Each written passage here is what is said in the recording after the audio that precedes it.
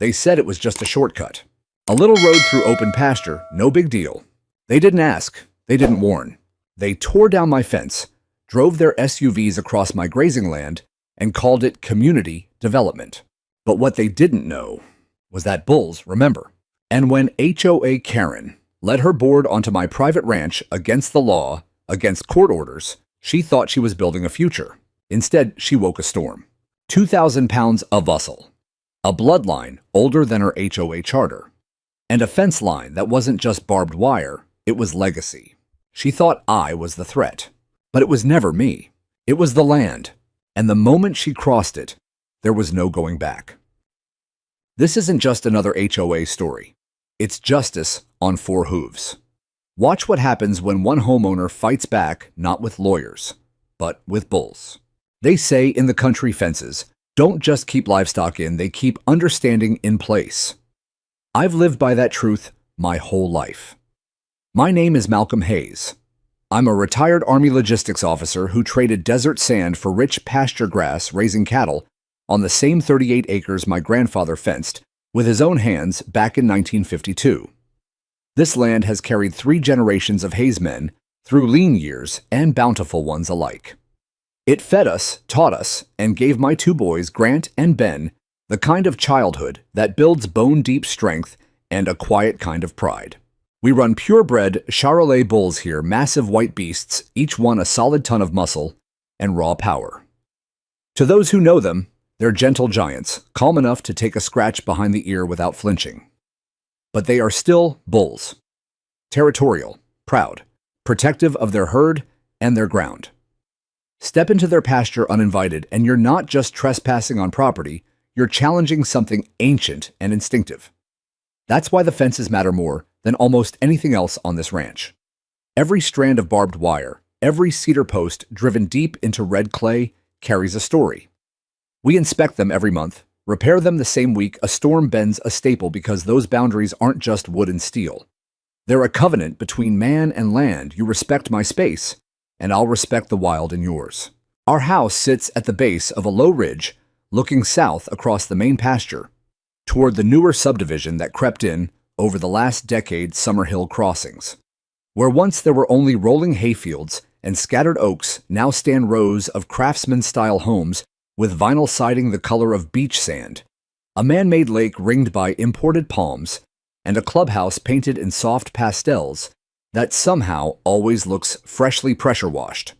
They have matching black mailboxes, identical landscaping packages, and of course, an HOA that believes its authority extends to the wind itself. I never paid them much mind. Our deed predates their development by 7 decades. Legally, we're separate worlds, divided by a simple 4-strand barbed wire fence and a shared dirt road that ends at my gate. But last spring, a white luxury SUV began appearing along that fence line with unsettling regularity. The driver, clipboard in hand, sunglasses perched on perfectly highlighted hair, would slow to a crawl, peer over the wire, and jot notes as if surveying for a shopping mall. The first time she waved, I lifted a hand in polite acknowledgement from the seat of my tractor. The second time, she leaned across the passenger seat and called out bright and breezy Mr. Hayes.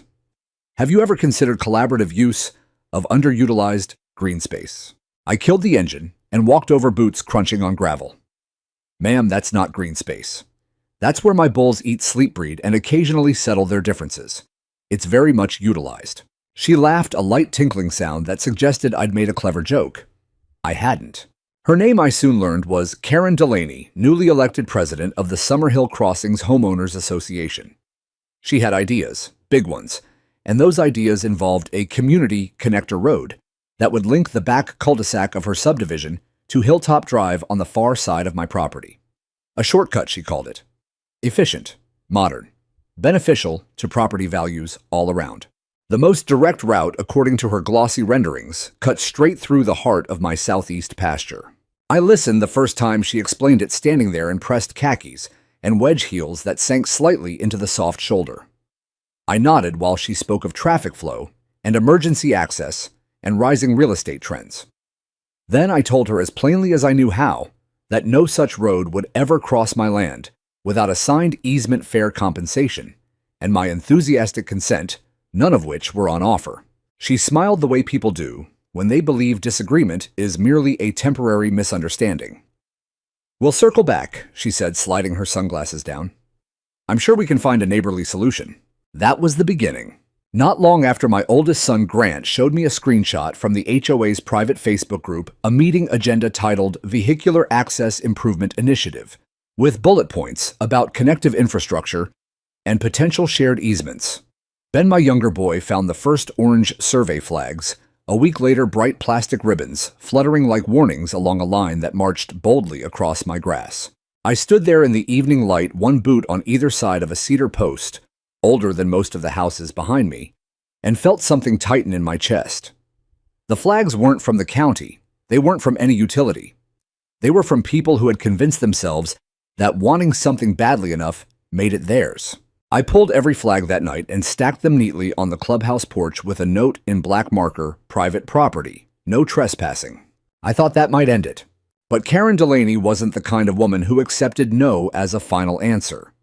She was the kind who saw it as the opening bid in a negotiation she intended to win. And so, beneath a wide sky turning from gold to indigo, the trouble truly began. The first real warning came not in words, but in bright orange flags. Ben spotted them one afternoon while riding the four-wheeler back from checking water troughs. He killed the engine beside me in the barn and held one up like evidence. Little plastic ribbons on thin wire stakes lined out in a gentle curve that started near the south fence and marched straight across the pasture toward Hilltop Drive. They fluttered innocently in the breeze, but to me they looked like the opening salvos of an invasion. I walked the line that evening with Boomer trotting ahead, nose to the ground. The flags were spaced every 50 feet or so, driven deep enough that someone had used a proper marker driver. No utility markings, no county logos, just anonymous orange. The path they traced would slice through the best grazing ground we had, right where the bulls liked to bed down in the heat of the day. I pulled every one of them, bundled them like kindling, and left them stacked on the clubhouse steps the next morning with a note, "Private property. Do not enter." For a few days, quiet returned. The wind moved through the tall blue stem again, without interruption. Jasper grazed near the ridge, white hide gleaming against green, and the world felt balanced once more. Then came the tire tracks. Fresh ruts appeared along the old service path that parallels the fence deep enough to suggest something heavier than a passenger car. I followed them on foot until they stopped at the corner gate, the one I keep padlocked, since a storm took out the original post years ago. Someone had leaned a contractor's sign against it. "Preliminary work zone. Permitted entry only." I stared at the sign a long moment, feeling the sun burn the back of my neck. Then I picked it up, snapped it cleanly across my knee, and tossed the pieces into the bed of my truck. That same evening, I drove into Summerhill Crossings. The clubhouse lights glowed warm behind sheer curtains. Inside, wine glasses clinked, and laughter spilled out onto the manicured lawn. Karen spotted me the moment I stepped through the door. She excused herself from a cluster of polo shirts and came toward me with that practiced smile. "Malcolm, what a lovely surprise. We were just wrapping up our monthly social." I didn't smile back. I found survey flags on my land and a sign claiming permitted entry. Her expression didn't falter. "Oh, those must be from the preliminary alignment study. Nothing official yet, just data collection for the county's long-range plan. There is no county plan that involves my pasture." She tilted her head, sympathetic. "Actually, the Regional Development Council has recommended connective infrastructure for growing areas like ours. It's all about safety and efficiency. Your route is the most logical corridor." "My route," I repeated, meaning my private property. She placed a light hand on my forearm as if we were old friends sorting a minor misunderstanding. "Think of it as shared community benefit. Property values rise for everyone when access improves." I removed her hand gently but firmly. "Karen, unless you have an easement signed by me and recorded at the courthouse, you are trespassing. Tell your surveyors to stay on their side of the fence."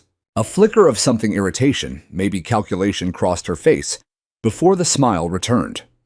"Let's not escalate to threats, Malcolm. We're neighbors." "That's exactly why I'm asking nicely," I said. "Next time I won't ask." I turned and walked out. Behind me, conversation resumed as though nothing had happened. Back home, I checked every gate and post by flashlight. One corner brace showed fresh gouges, metal scraped against wood, the kind of mark left by a careless bucket or a hurried backhoe. The bulls were restless that night. Even old Jasper paced the fence line, ears swiveling toward the ridge, where the subdivision lights glowed faintly against the dark. I stood in the barn doorway a long while, listening to the low rumble of their breathing and the occasional huff of unease. Boomer pressed against my leg, a silent sentinel. "Don't worry, boys," I told them quietly. "No one's paving your home while I'm still breathing." But even as the words left my mouth, doubt crept in like ground fog. I'd spent years in uniform believing reasonable people could be reasoned with. Experience had taught me otherwise, yet old habits die hard. 2 mornings later, pink flags replaced the orange ones, this time straighter, more official-looking, driven in with metal whiskers that caught the sunrise like tiny accusations.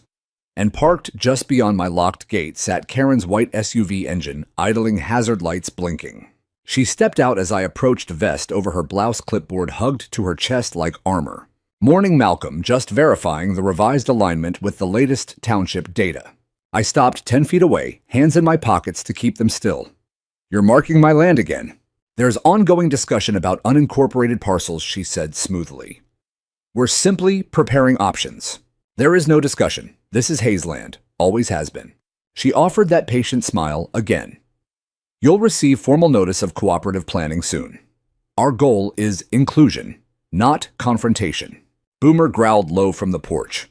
I unlatched the gate, swung it open, just enough to step through, then closed and locked it again between us. "Take your flags, take your SUV, and take your cooperative planning back to your side of the fence before my bulls decide to investigate the noise." For the first time, her smile slipped. She glanced toward the pasture where Jasper had lifted his massive head, watching us with dark, unblinking eyes. "I'd hoped we could handle this amicably," she said. I leaned on the top rail. "We still can. All you have to do is respect the boundary that's been here since before your neighborhood existed." She climbed back into her vehicle without another word. The SUV backed away, kicking up dust, but every pink flag remained stubborn sentinels in my grass. That night, I pulled them all again. This time, I drove them straight to the clubhouse and left them in a neat pyramid on the welcome mat, topped with a single sheet of paper. "Final warning." I thought that might finally get the message across. But messages, like fences, only work when both sides agree to honor them. And Karen Delaney had never been much for agreement. The quiet didn't last. 2 days after I left the pyramid of pink flags on the clubhouse porch, I was in town picking up feed when Ben called. His voice was low, controlled, the way it gets when he's trying not to shout. "Dad, they're back and they've got machines." I made the drive in record time, tires spitting gravel, as I turned onto our road. Dust hung in the air like a warning cloud before I even reached the gate. There they were, a yellow skid steer, a flatbed loaded with rebar and concrete forms, and 2 men in orange safety vests already at work. One was cutting the bottom strand of barbed wire with heavy-duty bolt cutters, while the other held a post hole digger like he was about to plant a garden. Ben stood in front of them, phone raised, recording every move. Boomer barked nonstop from the porch steps. The herd had clustered at the far end of the pasture, heads up, ears forward, unsettled but not yet panicked. I stepped out of the truck and walked straight toward the men, boots deliberate on the dry earth. "Turn those machines off, now." The man with the bolt cutters froze blade halfway through the wire. His partner raised both hands. "Easy, mister. We were told this was cleared and permitted." HOA said the landowner had agreed to a shared easement. "Agreed," I repeated, voice low and hard. "I'm the landowner, and I never agreed to anything." Ben moved beside me, still filming. I told them the same thing, Dad. They wouldn't listen. Before either man could answer, Karen's white SUV rolled up the road and stopped behind the flatbed. She stepped out in a crisp navy blazer, heels sinking slightly into the soft shoulder, a smile already forming. "Malcolm, perfect timing. Just a little mix-up with the schedule. We're on a tight deadline with the contractors, but we can absolutely adjust." I didn't return the smile. "You're cutting my fence. You're bringing heavy equipment onto my land without permission. That's not a mix-up. That's trespassing." She waved a hand as if brushing away a gnat.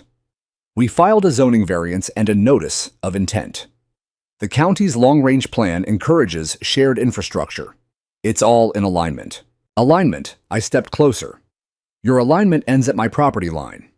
Unless you have a signed easement with my name on it, you're breaking the law." Behind her, Jasper let out a deep rolling bellow from the hilltop. The sound carried across the pasture like distant thunder. Two more bulls, Murphy and Claymore, moved up beside him, broad shoulders, swaying tails, flicking with agitation. Karen glanced back, her smile faltering for the first time. She cleared her throat and turned to the contractors. "Gentlemen, let's wrap up for today. We'll reschedule." They didn't argue.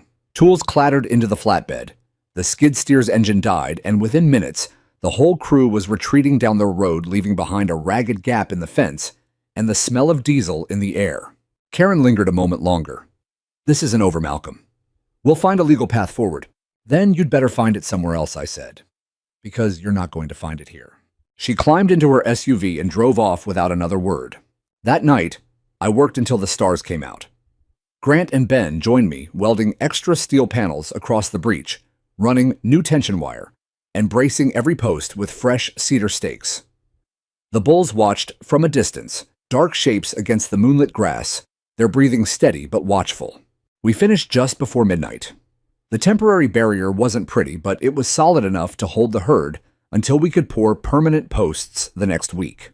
I stood on the ridge for a long time, looking down at the patchwork repair and the quiet subdivision lights beyond. The air smelled of fresh-cut wire and welding smoke, but beneath it was something else, something older. The scent of earth that had never been paved, of grass that had never known a bulldozer. I thought about my grandfather, who'd driven those first posts with nothing but a post-hole digger and a promise to himself that this land would stay free. I thought about my boys who'd grown up knowing the difference between a fence and a wall, between ownership and entitlement. And I knew deep in my bones that Karen Delaney wasn't going to stop. She'd just been given a setback, not a surrender. The next morning, I reinforced the gate with a heavy-duty chain and a new padlock. I added warning signs every 20 feet along the repaired section, large red letters on white plastic that read, "Private property, no trespassing, violators will be prosecuted." Then I walked the entire perimeter one more time, Boomer at my heels, and spoke quietly to the bulls as I passed. "Stay sharp, boys," I said. "They're not done yet." And somewhere in the distance, Jasper answered with a low rumbling huff, as if to say he already knew. The line had been drawn. Now we'd see who crossed it first. The dawn broke heavy and humid, the kind of morning where the air clings to your skin and the sun seems reluctant to climb. I was already out walking the eastern perimeter with a thermos of black coffee when Grant's call came through. "Dad, get down here quick. They're not surveying this time. They're digging." I didn't waste words. I ran to the truck, Boomer leaping into the passenger seat before I even turned the key. By the time we crested the ridge above the south pasture, the low growl of diesel engines filled the valley like an insult. A full-sized bulldozer, bright yellow blade, gleaming, sat in the middle of my grass, carving a shallow trench straight across the slope where the bulls usually rested in the morning shade. Behind it, a compact track loader idled, waiting its turn. Two surveyors in neon vests stretched a tape measure along the fresh cut, while a third man directed the operator with hand signals. And there, standing on the edge of the destruction, like a project manager at a ribbon cutting, was Karen Delaney. Wedge heels planted firmly in my dirt red blazer, vivid against the green, a takeaway latte cupped in one manicured hand. I slammed the truck door hard enough to echo across the field and strode toward them. Each step felt heavier than the last, the ground itself seeming to protest beneath my boots. "Shut it down," I called out, voice carrying over the engine noise. "All of it. Now." The operator glanced up, hesitated, then looked to Karen. She lifted a hand, calm, dismissive, and motioned for him to continue. The blade dropped another 6 inches, biting deeper into the earth. I didn't slow. I walked straight to the dozer, climbed the track halfway, and pounded on the cab glass. "You're on private property. You're destroying agricultural land. Turn this machine off before you become personally liable for every inch of damage." The operator, a young man with sunburned cheeks and uncertain eyes, killed the engine. Silence rushed in, broken only by the tick of cooling metal and the distant lowing of disturbed cattle. Karen marched over heels, stabbing the torn sod. "Malcolm, this is getting dramatic. We're simply initiating preliminary grading under the development variance. Retroactive permits are common in phased projects." Retroactive. I stepped down from the dozer, facing her squarely. You tore out 30 feet of my fence yesterday. You have no easement, no permit, no permission. This is felony trespass." She gave a short, incredulous laugh. "It's a strip of grass. Your bulls will barely notice."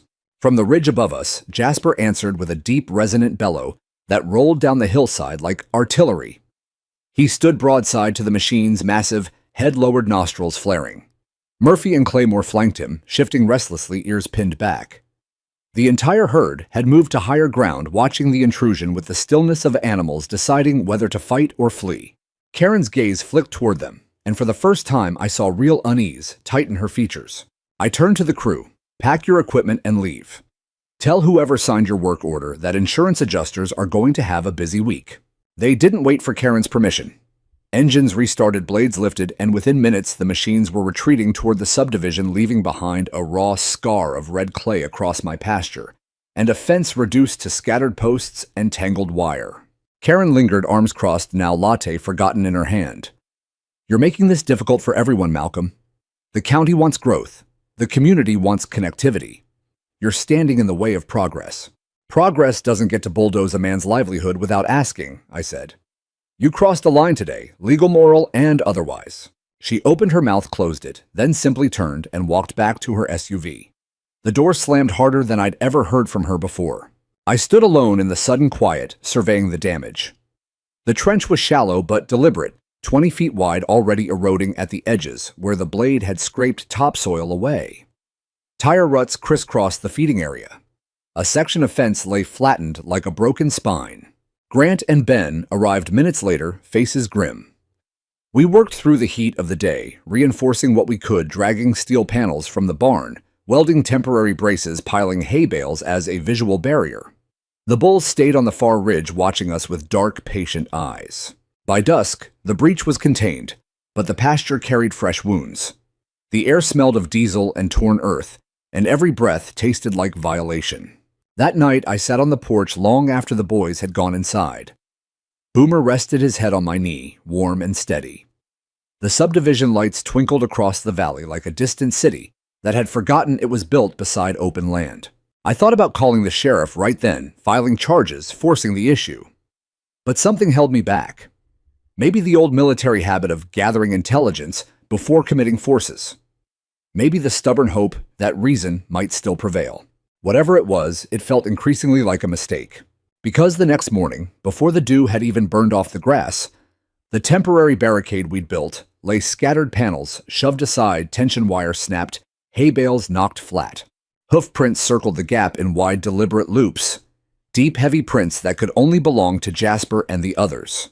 The bulls had tested the weakness we'd left, and they'd found it wanting. I stood there in the pale light, coffee growing cold in my hand, and felt the balance shift. The fence was no longer just a boundary. It was a battle line, and both sides, human and bovine, were done pretending otherwise.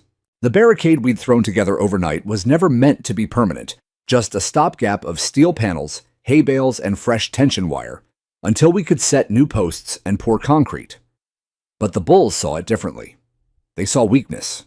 They smelled the lingering diesel and the sharp tang of human intrusion, and they remembered every rev of an engine, every snapped wire, every foreign footprint on their ground. I found the wreckage at first light. Panels lay twisted like tinfoil. Wire coiled across the grass in useless loops. Hoof prints, deep, deliberate, circled the breach in wide arcs, as though Jasper had paced there for hours, testing, deciding.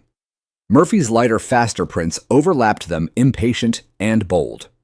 Claymore's heavier impressions pressed deepest, a statement of raw power. They hadn't wandered far. The three of them stood together on the near ridge, heads high, watching the subdivision lights fade as dawn crept in. The rest of the herd clustered behind them, restless but obedient. They weren't lost. They were waiting. I didn't panic. Cattle don't charge without reason. They move when something feels wrong, when instinct overrides training. I'd raised these boys from calves, taught them voice commands, bucket manners, respect for the gate. But respect only holds when the world respects back. Boomer's sharp bark pulled my eyes eastward. A thin column of dust rose along the dirt track that skirts the pasture, too early for feed delivery, too deliberate for a lost driver. Then came the engines, multiple, music thumping faintly through open windows. I grabbed binoculars from the truck and climbed the ridge for a better view. What I saw made my stomach drop. 4 HOA vehicles, sleek sedans, and SUVs had turned off the paved road and were driving straight into the pasture through the very gap the bulls had widened. They bounced slowly over ruts and hillocks like sightseers on safari. One had a lawn sign protruding from the rear window, future site of Community Connector. Another blasted pop music loud enough to scatter birds from the oaks, and leading the convoy, nosed halfway down the slope, where the bulldozer trench still scarred the earth, was Karen's white luxury SUV. She stood outside it now, red blazer, bright against the green phone held high, filming herself as she gestured grandly at the landscape. They weren't just trespassing. They were celebrating. I radioed Grant and Ben, voice tight, "South Breach, now." Then I jumped in the truck and floored it down the slope, horn blaring. But I was too late to stop what came next. Jasper moved first. He came over the ridge like a white avalanche, slow at first, then gathering speed, shoulders rolling head low. The ground seemed to tremble with each stride. Claymore flanked him to the west, ears flat, tail lashing. Murphy shot ahead on the right, younger and faster, cutting off any retreat. The nearest sedan, a silver Kia, tried to reverse. Too slow. Jasper hit it broadside with the full force of 2,000 pounds. The impact sounded like a shotgun blast inside a tin shed.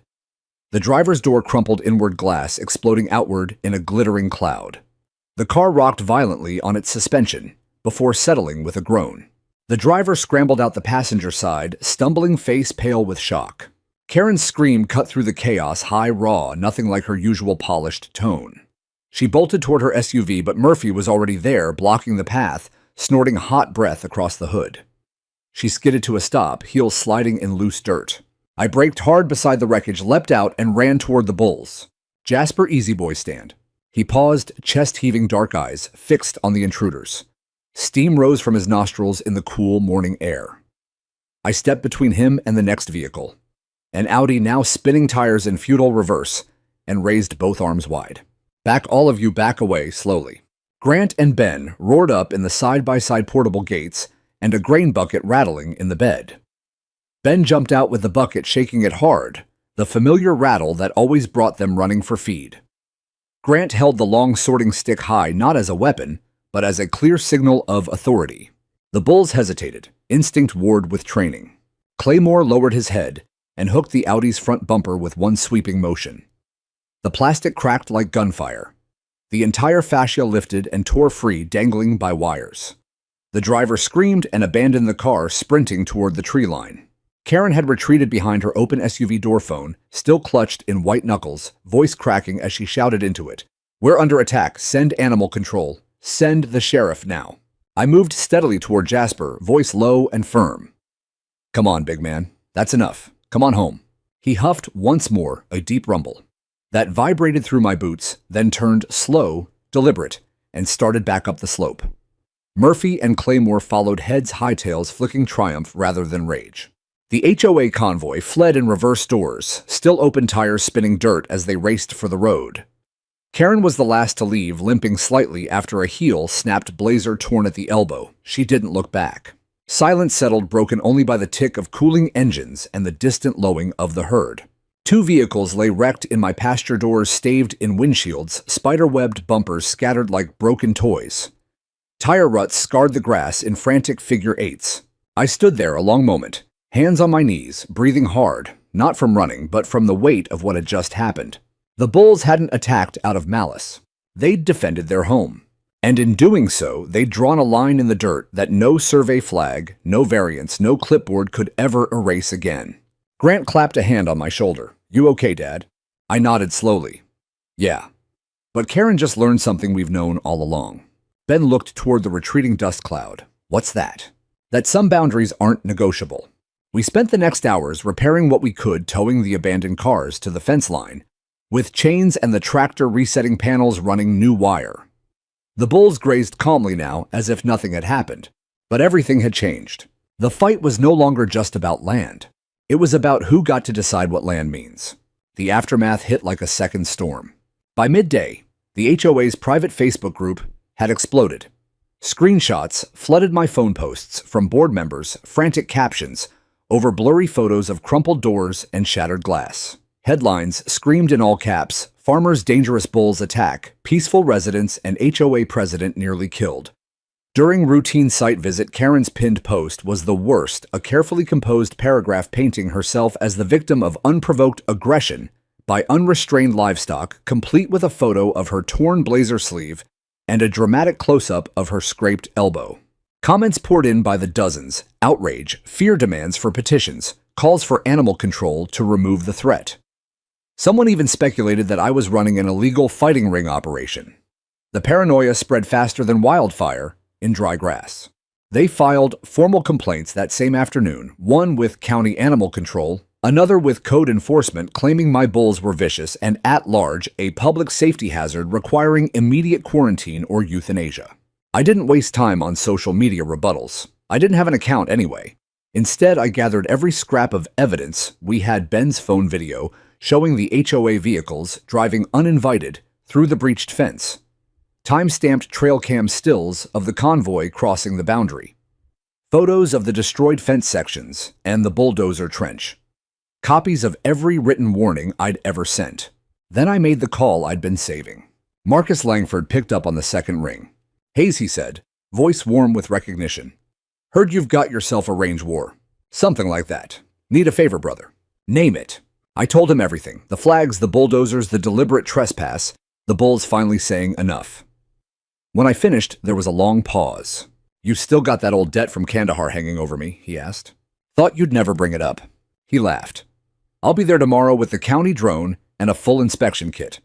Let's document this properly." True to his word, Marcus rolled in the next morning in an official Ford pickup county emblem on the door drone case in the bed. He was taller than I remembered, hair more gray than black now, but the grip was still iron when we shook hands. We didn't bother with coffee. He launched the drone while Ben synced the live feed to a laptop on the tailgate. Within an hour, we had crystal clear 4K footage, overhead shots of the trench tire ruts crisscrossing Prime, grazing the exact path the HOA vehicles took through the gap. Satellite overlays showed the before and after of the fence line, intact 1 week, demolished the next. Marcus whistled low. "This isn't gray area, Malcolm.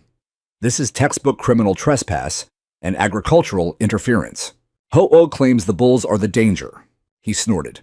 "Bulls doing bull things on their own fenced land. That's not danger, that's nature. The danger was the idiots who drove into a livestock pasture like it was Disneyland. That afternoon, we filed everything. Sheriff's report for trespass and property destruction, formal complaint against the HOA for livestock endangerment, copies sent to the State Agriculture Board. I attached the original 1952 deed, our current livestock registration, and Marcus's preliminary inspection notes. Then I emailed the entire package directly to the HOA board with a simple subject line: "Notice of legal action pending." Karen replied within minutes, not with apology or retreat, but with a cease and desist letter drafted by their attorney. It accused me of weaponizing dangerous animals, demanded immediate removal of all large livestock, and threatened countersuit for vehicular damage and emotional distress. I forwarded it to Marcus. He read it on his phone and laughed out loud. "She's swinging wild now. That municipal nuisance clause she cites only applies inside incorporated limits. Your land's zoned rural agricultural grandfathered in since before zip codes existed. This won't survive first contact with a judge." But I knew she wasn't aiming for a quick courtroom loss. She was playing for time, for headlines, for enough public pressure to force the county to act. So I raised the stakes. I ordered a full perimeter upgrade, heavier steel posts, reinforced cattle panels, double gate systems with livestock-proof latches. Every 50 feet, I mounted new signs. Bigger, bolder. Private agricultural property, active, county investigation, trespassers will be prosecuted. Grant printed enlarged trail cam photos beneath each sign. Karen's SUV crossing the line, the bulldozer blade, biting earth, Jasper, standing sentinel. No captions needed. The images spoke louder than any argument. Then I filed the injunction. With Marcus's sworn affidavit, the drone footage, Ben's video, and 70 years of unbroken deeds, we walked into county court and requested an emergency temporary restraining order barring any HOA member or contractor from setting foot on my land. The clerk who took the paperwork looked over her glasses at the stack of evidence. An HOA trying to pave through a registered bull pasture, she muttered.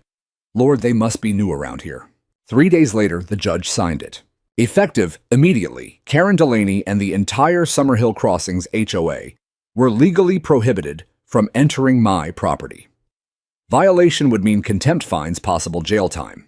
I stood on the porch that evening, watching the new fence posts glint in the setting sun like ranks of soldiers.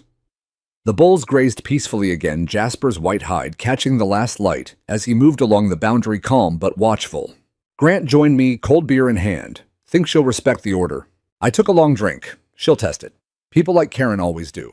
Ben leaned on the rail beside us, and when she does, I looked out over the pasture, our pasture, and felt the weight of 3 generations settle on my shoulders like a warm, familiar coat.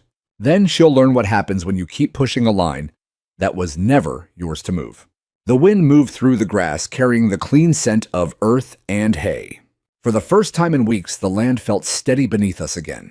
But we all knew the quiet was only the space between thunderclaps. Karen wasn't finished. She was just reloading.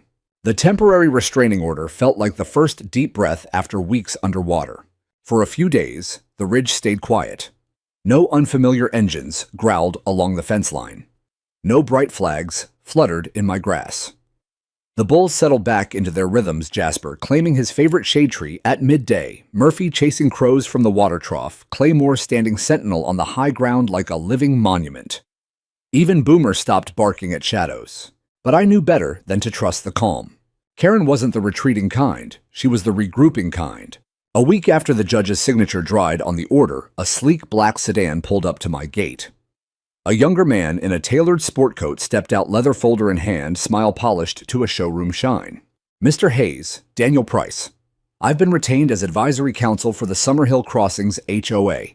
May I have a moment? I leaned against the gatepost, arms folded. You're on the right side of the fence. Keep it that way. He nodded, unfazed. Understood. I'm here to explore a peaceful resolution. Emotions have run high on both sides. My clients believe we can still find common ground, perhaps a limited easement with generous compensation. I almost laughed. Your clients tore down my fence, endangered my livestock, and got exactly what they invited when they drove into a bull pasture. There's no common ground left to find. Price shifted his weight. There's concern that your response reinforcing the perimeter, the signage, the trail cameras could be seen as provocative. Provocative, I echoed. I'm protecting what's mine. After your people ignored every warning, every law, and a court order to boot. He opened the folder, revealing glossy renderings of the proposed road-smooth pavement curving gently through what used to be open pasture. The community still supports connectivity. A countersuit is being prepared. We'd prefer to avoid that ugliness. I looked past him to where Jasper grazed in the distance, white against green, utterly unconcerned with renderings or lawsuits. Tell your clients they've already crossed every line worth crossing, I said. They can prepare whatever they want. I'll see them in court. Price closed the folder slowly. You're confident. I've got deeds older than your subdivision footage of every trespass, and a judge who's already ruled once in my favor. Confidence isn't the word. He nodded once, climbed back into his sedan, and drove away without another word. That same afternoon, Marcus called. County's escalating the investigation, he said. Your injunction triggered a full land use review. Inspection teams coming out tomorrow, 3 trucks, clipboards, the works. They want to document everything before the HOA tries any more stunts. Bring them on, I said. The more paperwork, the better. They arrived at dawn the next day, a small convoy of white pickups with county seals. Marcus led the way, waving as he stepped out. The inspectors, 2 men and a woman in khakis and sturdy boots, moved with quiet efficiency. We walked the entire southern perimeter while the drone buzzed overhead. They flagged every tire rut, photographed the old bulldozer trench now softening with new grass, measured the repaired fence sections down to the inch. When we reached the spot where the HOA vehicles had entered during the celebration, the lead inspector knelt and ran a hand over the compacted soil. This is clear evidence of unauthorized, heavy access, she said. Soil compaction alone will take years to recover fully in an active grazing zone. Another inspector nodded toward the new double gates. Your repairs exceed code. Livestock containment is exemplary. By noon, they had everything: GPS coordinates, soil samples, hundreds of photos, drone overlays. Marcus handed me a preliminary report thick enough to stop a bullet. "This goes straight to the State Ag Board," he said. "Category 2 agricultural interference. That's not a slap on the wrist, that's a career ender for anyone pushing bogus variances." We shook hands as they loaded up. "You didn't just save your ranch, Malcolm," he told me quietly. "You reminded a whole county what rural zoning actually means." That evening, I added 3 more signs along the fence, larger this time, with bold black lettering, under active state and county investigation. No entry without express, written permission violators, subject to criminal prosecution. Grant mounted laminated prints, beneath them crisp drone shots of the trespass paths, side-by-side comparisons of the pasture before and after the damage. Word traveled fast. Linda, a neighbor from the far edge of Summerhill Crossings, and one of the few decent souls in the HOA, texted me that night. "Karen's been quiet. Board canceled the next meeting. Rumor is their lawyer told them to stop all communication until the investigations close." I stared at the message a long time, then looked out at the darkening pasture. The bulls moved like pale ghosts in the twilight, grazing without urgency. Quiet was good, but I knew Karen. Quiet was just the sound of someone sharpening their next move. A few nights later, Ben found a new banner draped across the clubhouse fence, visible from the ridge, with binoculars. "Community Connector Preview Day, food, fun, family-friendly tour, bring the kids." And in smaller letters beneath, "Site access via scenic Hayes Lane route." My blood went cold. Hayes Lane, my pasture. The date was set for the coming Saturday. They weren't backing down. They were throwing a party on ground they'd been ordered to stay off. I set the binoculars down slowly. The restraining order was ironclad on paper. But paper doesn't stop entitlement. Only consequences do. And consequences, I realized, were about to arrive in the form of 2,000 pounds of white muscle with very long memories. Saturday was coming. So were the bulls. Saturday arrived with the kind of bright, innocent sunshine that makes people believe nothing bad can happen on a weekend. From the ridge, I watched them gather. Minivans and SUVs lined the shoulder near the clubhouse. Folding chairs unfolded on manicured lawns. Someone set up a portable canopy and a folding table piled with cookies and lemonade. Kids darted between legs with balloons tied to their wrists. A banner flapped cheerfully in the breeze, "Community Connector Preview Day. Fun for the whole family." Karen moved through the crowd like a seasoned politician, red blazer crisp, despite the heat smile wide clipboard replaced by a wireless microphone. She greeted families, posed for selfies, pointed toward my pasture, as if it were already hers to give away. I stood at the new double gate with Boomer beside me, arms folded, saying nothing. Jasper grazed just inside the fence line, close enough to hear the distant laughter, close enough to watch. At 5 o'clock sharp, the convoy started. 4 vehicles eased off the pavement and turned down the old service track. 2 Subarus, a white passenger van, with Summerhill family stickers on the windows, and bringing up the rear, Karen's familiar white luxury SUV. Windows down, music playing, phones held high to capture the scenic route. They slowed at the gap we had deliberately left, only partially repaired, wide enough for a vehicle narrow enough to require deliberate intent. The lead Subaru hesitated, driver glancing at the bright red "No Trespassing" signs and the laminated drone photos of their earlier trespass. Karen leaned out her window and waved them forward. "It's just a quick loop, everyone. Perfect photo opportunity." The Subaru nosed through. Then the second, the van. And finally Karen herself, turning her wheel sharply, tires biting into my grass as she accelerated down the slope like a tour guide entering a national park. Jasper lifted his head. Murphy's ears flicked forward. Claymore shifted his massive bulk and began to move. I stepped forward and raised both arms, voice carrying across the field. "Turn around, you're violating a court order." The lead driver braked, uncertain. Karen didn't. She drove deeper, stopping midway down the trench line, stepping out with phone aloft, live streaming to whoever was watching back at the clubhouse. "Welcome, neighbors, to the future of Summerhill Crossings. This beautiful open space will soon connect us all." Her words cut off. Murphy had crested the low rise behind her, moving fast, lean muscle, and raw speed in a white blur. He thundered down the slope, head low, horns forward, the ground shaking with each strike of his hooves. Karen turned just in time to see him. The impact was catastrophic. 2,000 pounds of bull met luxury SUV at the rear passenger door. Metal folded like paper. The entire vehicle lurched sideways, tires lifting briefly off the ground before slamming back down. Glass shattered in a glittering spray. Airbags exploded inside with muffled pops. The side mirror cartwheeled through the air and landed 30 feet away. Karen screamed a sound I'd never heard from her before, primal and stripped of all polish. She stumbled backward, heel snapping clean off, blazer ripping at the seam as she caught herself on the fender. The other vehicles tried to reverse in panic. The van clipped a Subaru metal, screeching.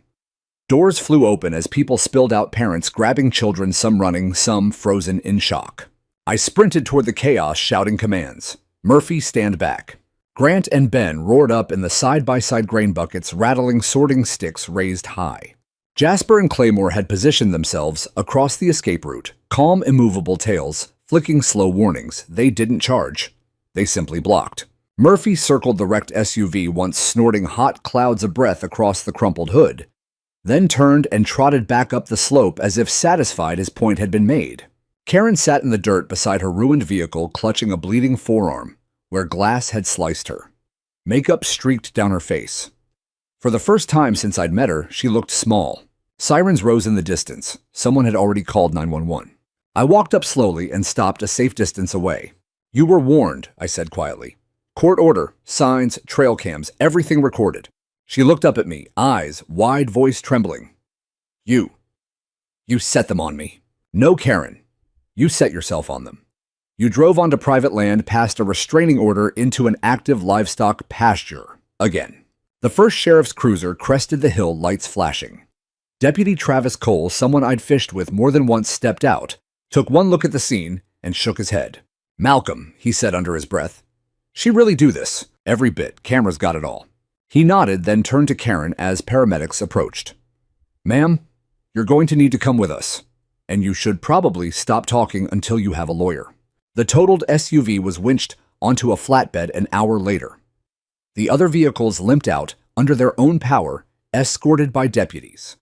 Parents carried crying children back to the clubhouse. The banner lay trampled in the grass. News vans arrived by dusk. Drone footage from neighbors' phones was already circulating online. Headlines wrote themselves. HOA president's SUV destroyed by bull after alleged trespass. Karen meets Karma luxury SUV totaled on rancher's land. The comment sections filled with variations of the same refrain. Play stupid games, win stupid prizes. I didn't watch any of it. Instead, I walked the pasture with the boys as the sun bled out across the horizon. The bulls grazed quietly again, the ground beneath them undisturbed, except for the fresh ruts soon to be filled by rain and time. Ben broke the silence first. "Think it's finally over." I looked toward the subdivision lights, dimmer tonight, quieter. "No," I said. "But the next move isn't hers anymore." Grant smiled in the fading light. "It's the courts. And the lands," I added, "because some lessons aren't taught by judges or gavels. They're taught by 2,000 pounds of muscle that has decided once and for all where the line is drawn." And this time, Karen had crossed it at full speed. The courthouse smelled of old wood and floor wax, the kind of scent that reminds you justice has been grinding away in the same building for over a century. Fluorescent lights hummed overhead as we filed into the small courtroom. Reporters filled the back rows. A few HOA board members sat stiffly on the plaintiff's side, avoiding eye contact. Karen Delaney arrived last. She wore a charcoal suit that hung loosely on her frame, a beige cervical collar around her neck, and oversized sunglasses that hid the fading bruises. The confident stride was gone. In its place was a careful, deliberate walk, as though every step cost her something. This was no longer a hearing for a restraining order. This was the full civil trial. Karen and the HOA had doubled down, filing suit against me for property damage to her SUV, medical expenses, emotional distress, and what their attorney called intentional endangerment through unrestrained, dangerous livestock. They wanted compensation, punitive damages, and a court order forcing me to remove all bulls from the property. My attorney, Helen Granger, a sharp woman in navy heels who'd known my late wife since college, leaned close as we took our seats. "Remember short answers if the judge asks you directly. And try not to look satisfied when they play the video." I gave her a small nod. Judge Frances Leland entered, same gravel voice and no-nonsense gaze as before. She'd seen the preliminary evidence.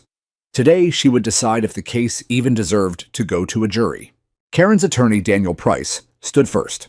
He painted a dramatic picture, his client a dedicated public servant conducting legitimate community business, when suddenly set upon by ferocious, untrained animals whose owner had deliberately allowed them to roam uncontained.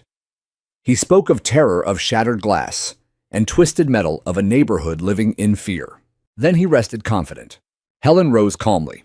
Your Honor, the defense moves for dismissal and requests summary judgment in favor of Mr. Hayes. The evidence is undisputed. She clicked a remote. The large screen behind her came to life. Exhibit after exhibit rolled across it in merciless clarity. Drone footage of Karen's SUV deliberately turning off the paved road, crossing the boundary line past 3 prominent no trespassing signs. Trail cam stills timestamped, showing the exact moment her tires left county right-of-way and entered private pasture. Her own live stream video, recovered from her cracked phone, where she waved the convoy forward with a cheerful, "This beautiful open space will soon connect us all." The moment of impact, Murphy's shoulder striking sheet metal, the SUV rocking violently, airbags blooming. Veterinary and containment records confirming the bulls were healthy, registered, and at all times within their legally fenced enclosure. Side-by-side satellite images, the fence intact weeks earlier, then demolished by HOA hired equipment. A timeline of every written warning, every ignored court order. And finally, the temporary restraining order itself, signed by Judge Leland, served to Karen personally 3 days before the preview day. When the last clip ended, the courtroom was silent, except for the low hum of the projector cooling down. Price cleared his throat. Your Honor, these videos lack critical context. The barrier was insufficient. Judge Leland leaned forward. Counsel, the barrier was insufficient because your clients destroyed it with a bulldozer. Then Ms. Delaney knowingly violated this court's order and drove back in. Price tried again. The animals were clearly aggressive. They were livestock, the judge said flatly, defending their territory against repeated uninvited intrusion. Mr. Hayes did not open the gate. He did not direct the animals. He warned repeatedly that entry was prohibited. Karen's voice broke the silence, thin and strained. Your Honor, he knew what those bulls could do. He wanted this to happen. Judge Leland turned to her. Did Mr. Hayes invite you onto his property that day? No. Did he remove any fencing to allow your access? No. Did you receive, read, and understand this court's restraining order prohibiting you from entering his land? Karen hesitated. Yes. Then the responsibility for what happened rests with the person who chose to ignore that order. Price sat down heavily. Helen stood one final time. Your Honor, we also request a finding of frivolous litigation and ask the court to award Mr. Hayes full restitution for fence repairs, lost grazing productivity legal fees, and associated damages. Judge Leland reviewed the thick file in front of her, then looked out over the courtroom. This court finds that the plaintiff's claims are without merit. The evidence shows a clear pattern of deliberate trespass, property destruction, and willful violation of a lawful court order. The livestock involved acted within their enclosed pasture and posed no threat until the plaintiff placed herself in their presence against explicit prohibition. She turned to me. Mr. Hayes, you've comported yourself with remarkable restraint throughout this ordeal. Do you wish to address the court? I stood. Your Honor, my family has raised cattle on this land since 1952. We maintain our fences, register our stock, follow every regulation. I gave every possible warning, spoken, written, and finally through the courts. I never wanted anyone hurt. But I will not apologize for protecting what is ours. This land isn't just acreage, it's legacy.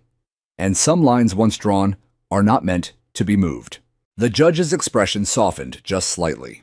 Motion to dismiss granted. Counterclaims denied. Judgment entered for the defendant, Malcolm Hayes. Plaintiffs are ordered to pay documented damages, including fence replacement, veterinary evaluations, and all court costs. The gavel fell sharp final.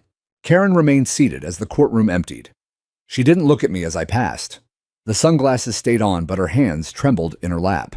Outside, the late summer air felt clean, washed by a breeze off the distant hills.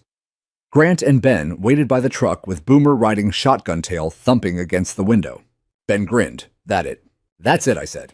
We drove home in silence for a while, windows down, the scent of cut hay drifting in.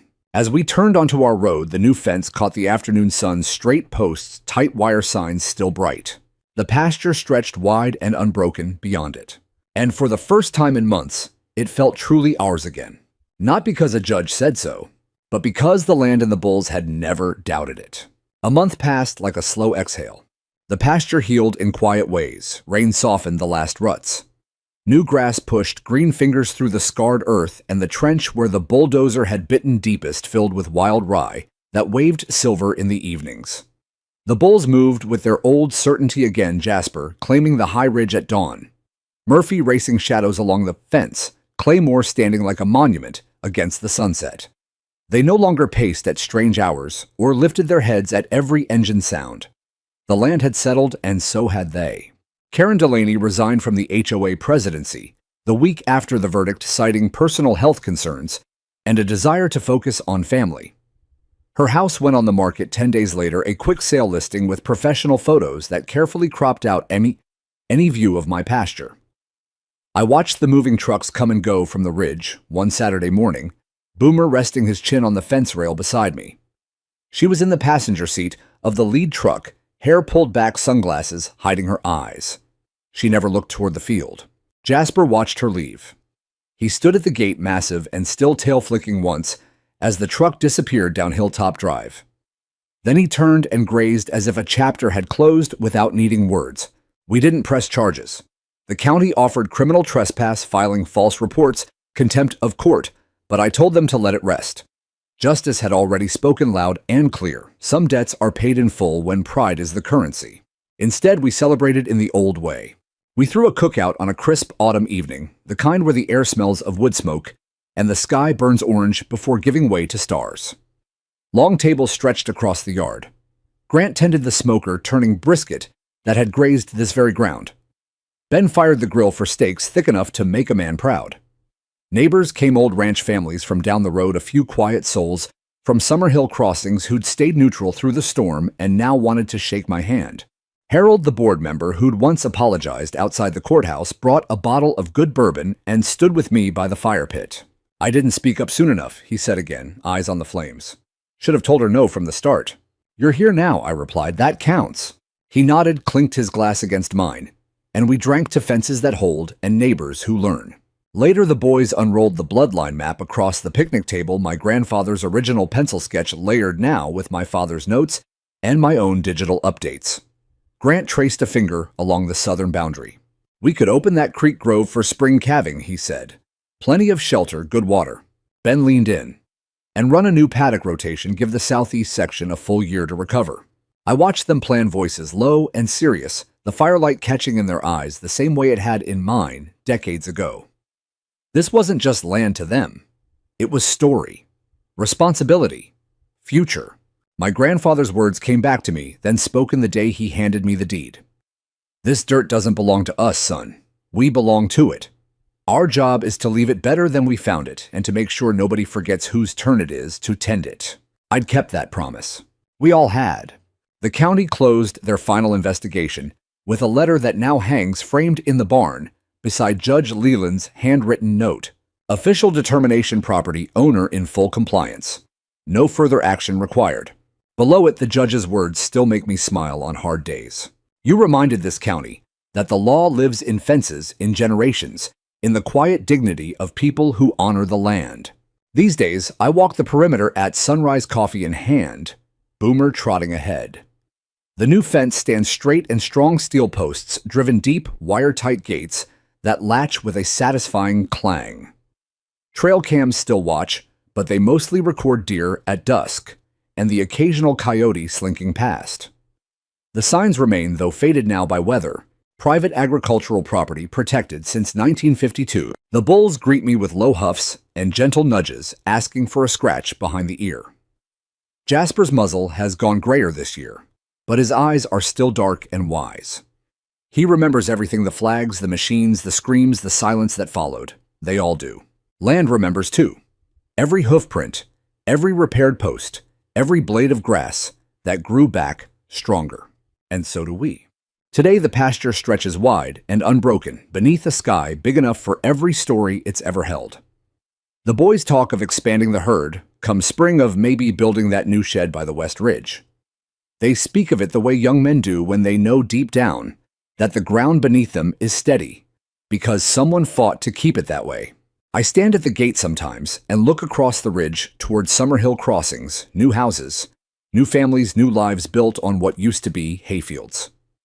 They'll have their roads and their rules, but they'll also have a boundary they no longer test, because some lines once defended stay drawn forever. The wind moves through the grass carrying the clean scent of earth and the low, contented rumble of bulls at peace. This is home. This has always been home. And as long as there are Hayes men willing to stand at the fence boots, planted hearts, rooted eyes on the horizon, it always will be.